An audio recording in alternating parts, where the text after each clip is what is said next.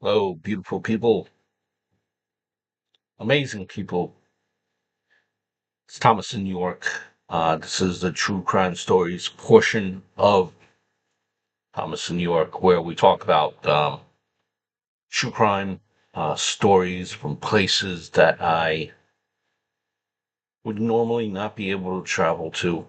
And, being that this channel does have a true crime background, a true crime junkie, I do want to go over, you know, bring to light some cases to you guys that you might not have heard of, rather. Do these every so often, so please do hit that subscribe button. It would mean a lot. I do have a Instagram. It's 81 Thomas in New York. I just started it. I have a ton of pictures to put up about New York.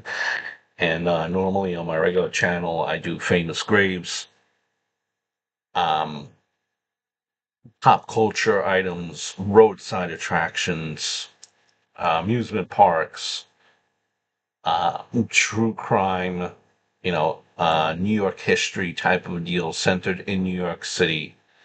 So, I'm very, uh, I sprinkle a little bit about everything that hopefully you guys find as interesting as I do. Not every video is a home run. Not every video is, not every video is everyone's cup of tea. But, I do do try my best. With that being said, um, today's live, we're talking about the Iowa City Supple tragedy. And just because this is YouTube and a little funny, when I say the M word, um, you know what that means. The M word, because it's the word that ends MURD, ends with an R. You get it, right?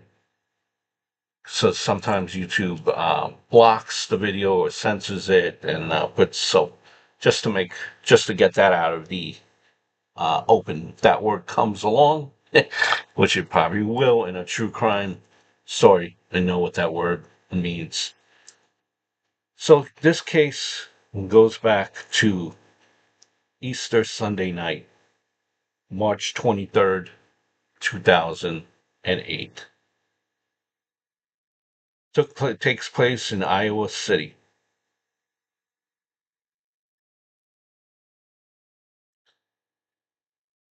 Let's go to Monday morning. So Monday morning, 6:31 a.m. Supple calls 911 from his mobile phone, requested that police visit his house immediately, and he hung up without identifying himself. When police arrived at his house, they found Supple's wife, Cheryl, and their four adopted children, age 10, age 9, age 5, and age 3,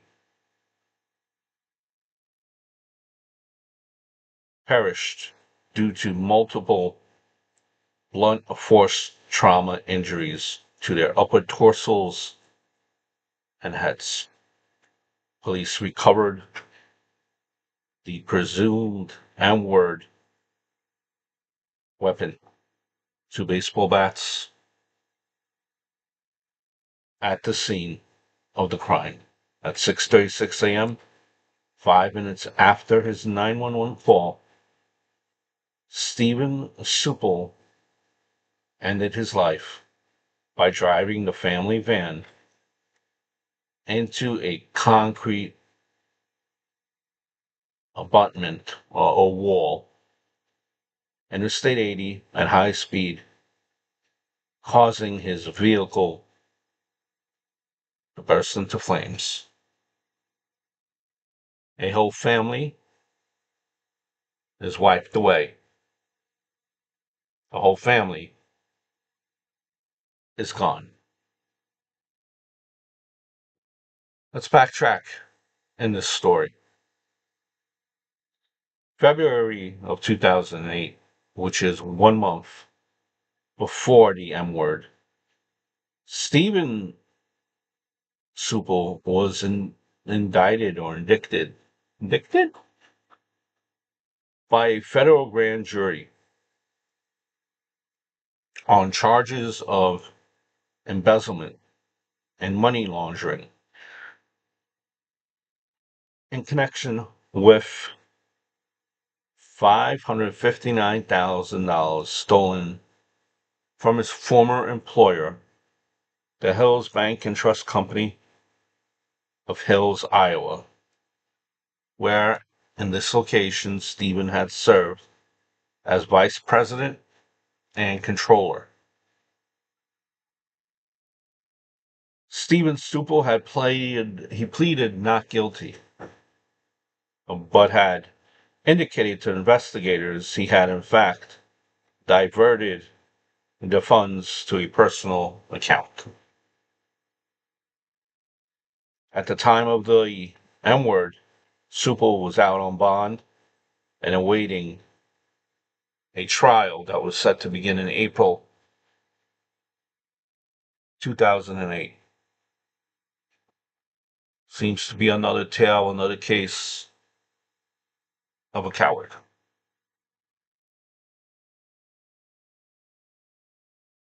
Starting at about 11:30 p.m. on the evening of the M word, Supple left a series of apologetic voicemail messages for former co-workers and relatives. He had also left a handwritten note in his own kitchen. In it, he wrote that he had destroyed his wife and children. March 29th, 2008, St. Mary's Church in Iowa City, where the family had attended services the day before this tragedy happened. They had held a Catholic funeral mass, believe it or not, for all 6 members of the family. The church's decision to grant Stephen Stupel, a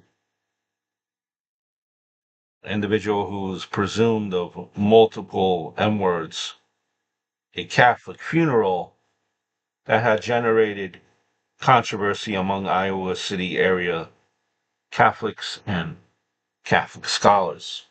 Basically, if you're following, because of his actions, they argued as to why he's even allowed to be in a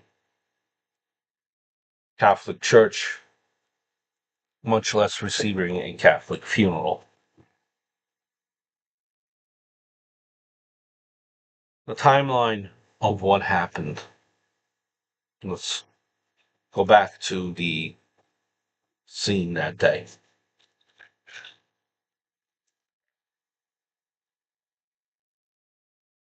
Sunday in the AM, the Super family attends Easter Mass at St. Mary's Catholic Church.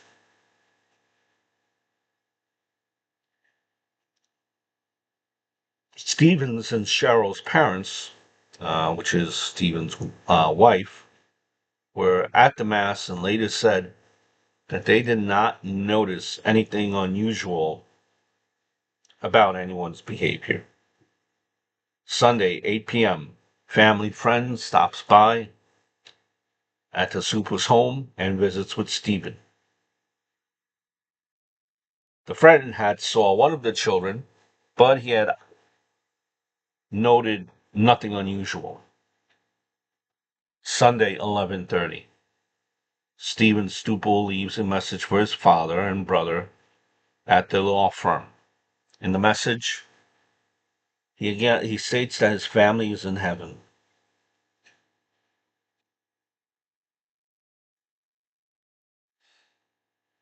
It is believed that his wife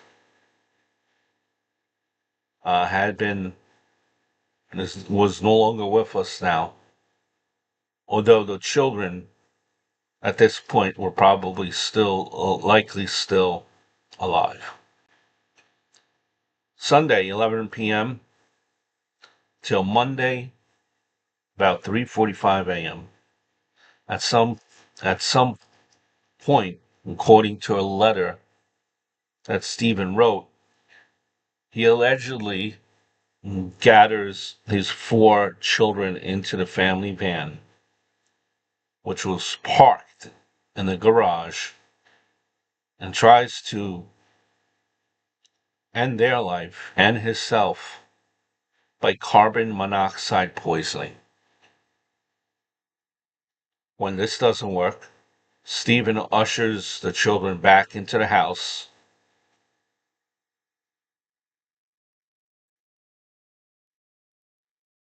and they're bludgeoned. The 3 oldest children were found in their bedrooms. Eleanor, who was the youngest, was found downstairs in the toy room. Monday, 3:45 a.m., Stephen leaves a message at the office of his former employer. Details of this message were not released. Monday, 3:50 a.m., Stephen leaves a message on his home answering machine expressing his regret. It's now Monday, 4:01 a.m., and Stephen leaves a second message on his home answering machine. In the message, he indicates that he had tried to drown himself in the Iowa River at Lower City Park, but he just kept on floating. Monday, 6:31 a.m., 911 dispatchers receive a call directing them to the home of Stephen and Cheryl SUEPPEL and telling them, quote, "Go there immediately." The call came from Stephen SUEPPEL's mobile phone, and the caller immediately disconnected without identifying himself. 911 transcript. The 911 transcript reads as follows: Dispatch, this is 911 location of your emergency. Caller, am I talking to Iowa City? Dispatch, no, this is what is the location of your emergency? Caller, Iowa City, Iowa. Dispatch, what's the address? 629 Barrington Road. Please go there immediately, says the caller. Dispatch, what's going on there? Caller hangs up. Monday, 6:36 a.m. Supel dies in a fiery crash, Interstate 80. Witnesses indicate that the driver was driving at a high speed, and he had, um, and that he had seemed to deliberately crash into a concrete pillar. Now, Supel, he was born in August of 1965. He graduated from Regina High School and the University of Northern Iowa. Supel family, they were members of St. Mary's Catholic Church. And Stephen married Cheryl.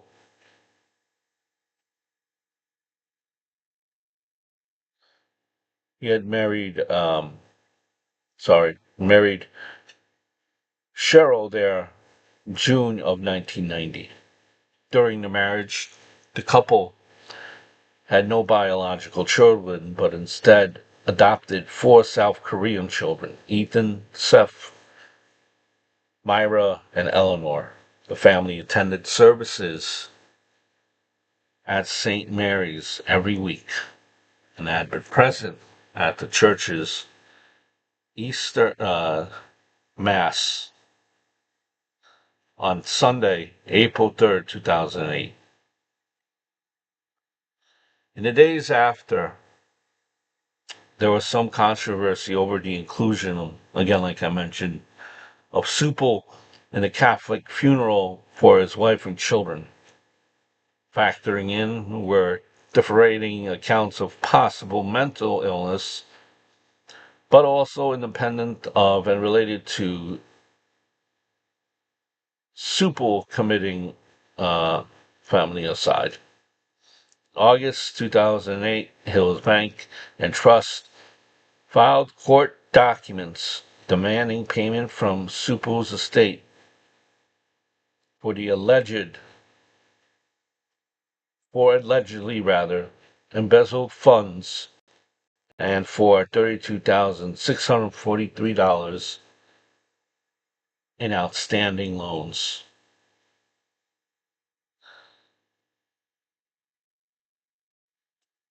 You heard the case there, folks.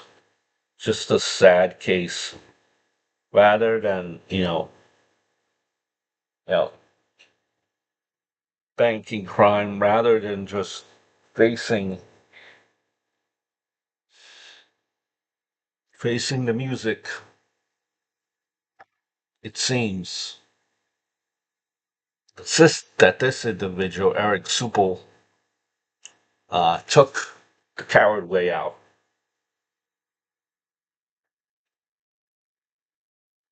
Young kids never got to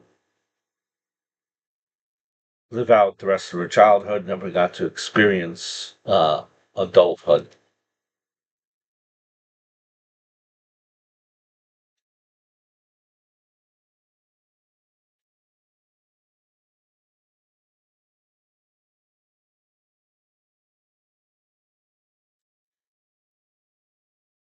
Sad story. Very sad story. Please do like and subscribe. I hope all is well. We'll chat very, very soon. Thanks for watching. Any questions, do let me know.